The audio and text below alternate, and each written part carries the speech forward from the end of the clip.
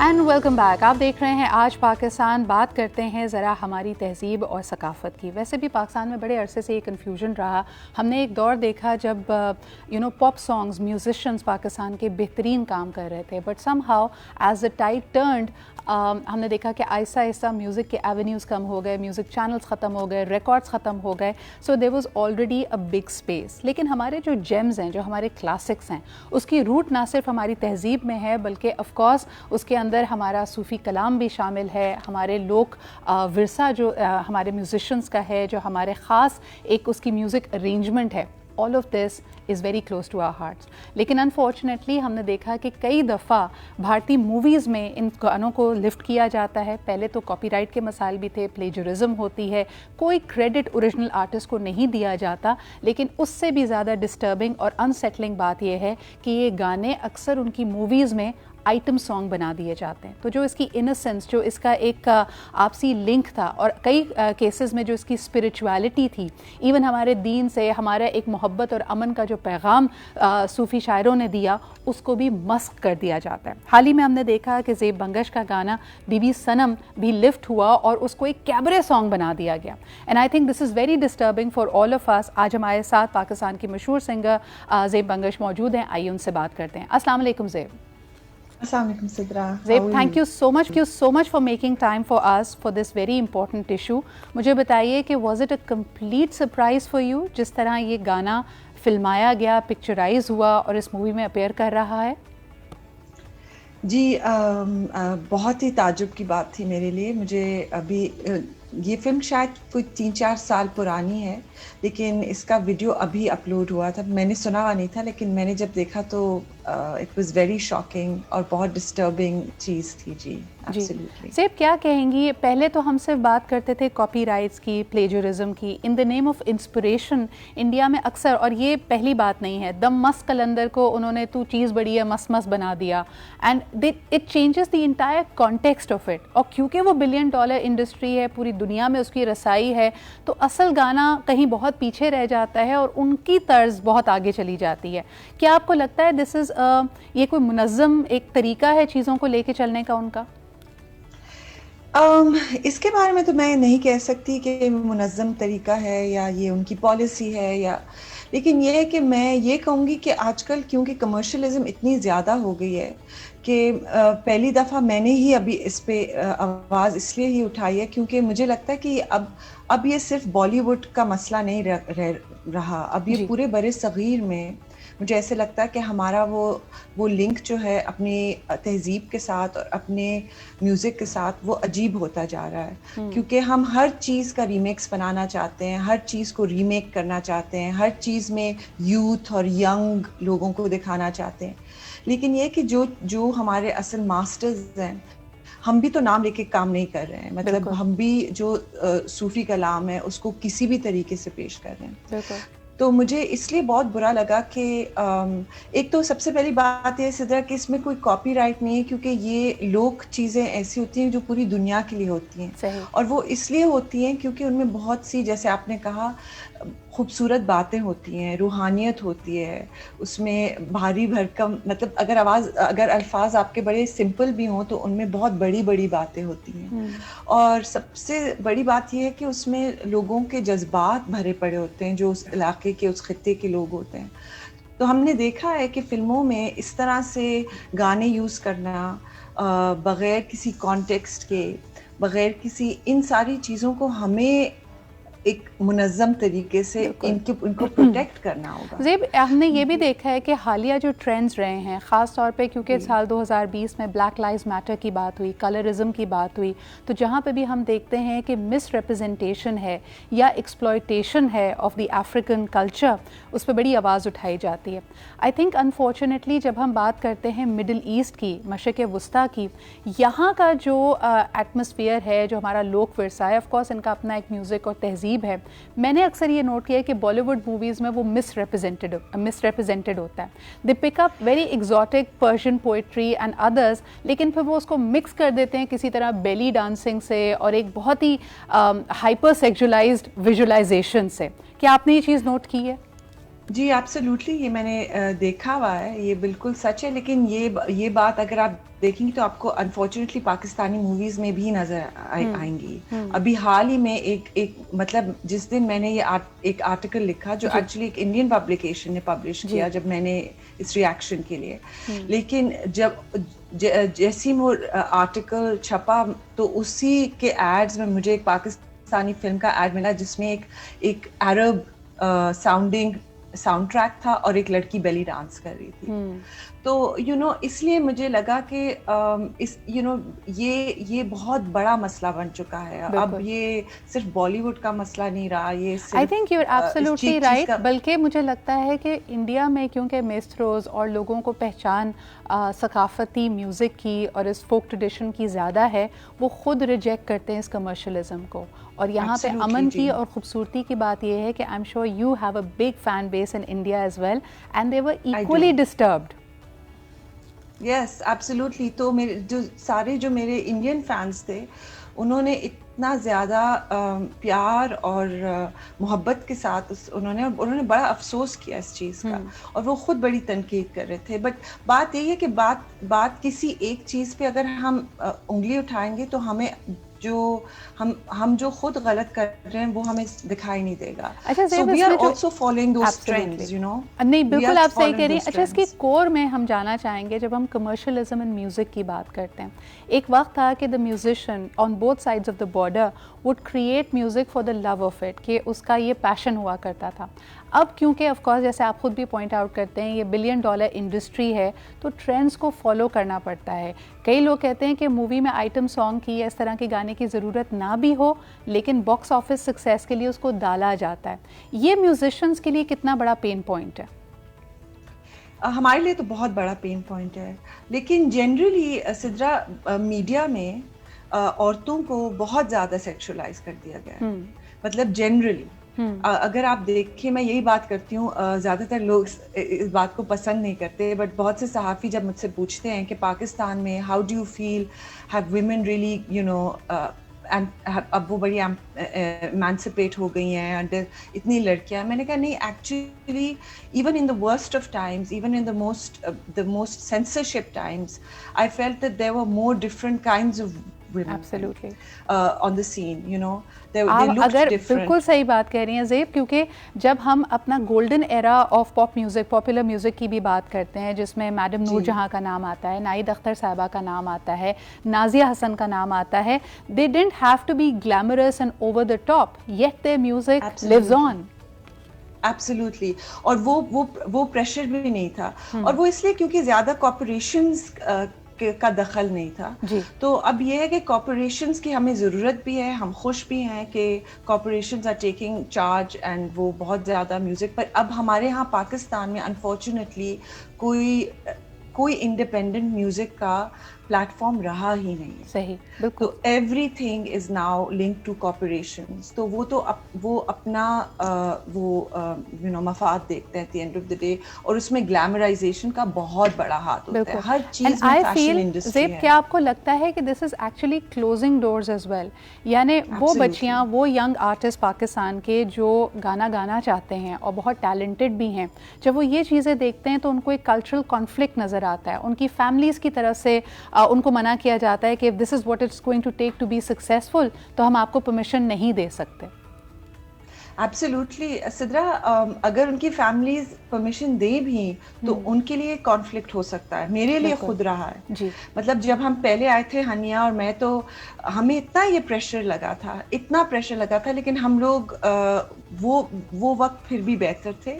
تو ہم لوگ تو ہمیشہ just to prove a point ہم لوگ ہمیشہ شلوار قمیض میں آتے تھے. اور کبھی آپ کو پتہ ہے شلوار قمیض ٹمپل بھی ہو جاتے ہیں تو sometimes it would look a little frumpy اور whatever, but ہم لوگ ہر جگہ even internationally we would wear shalwar kameezes and stuff, but over time ہمیں اس کا بہت we were really criticized for it. اور people, I know brand managers came up to me and said, I want to give you this job, but I'm not going to give it to you because it's not just about singing, it's about image. تو یہ جو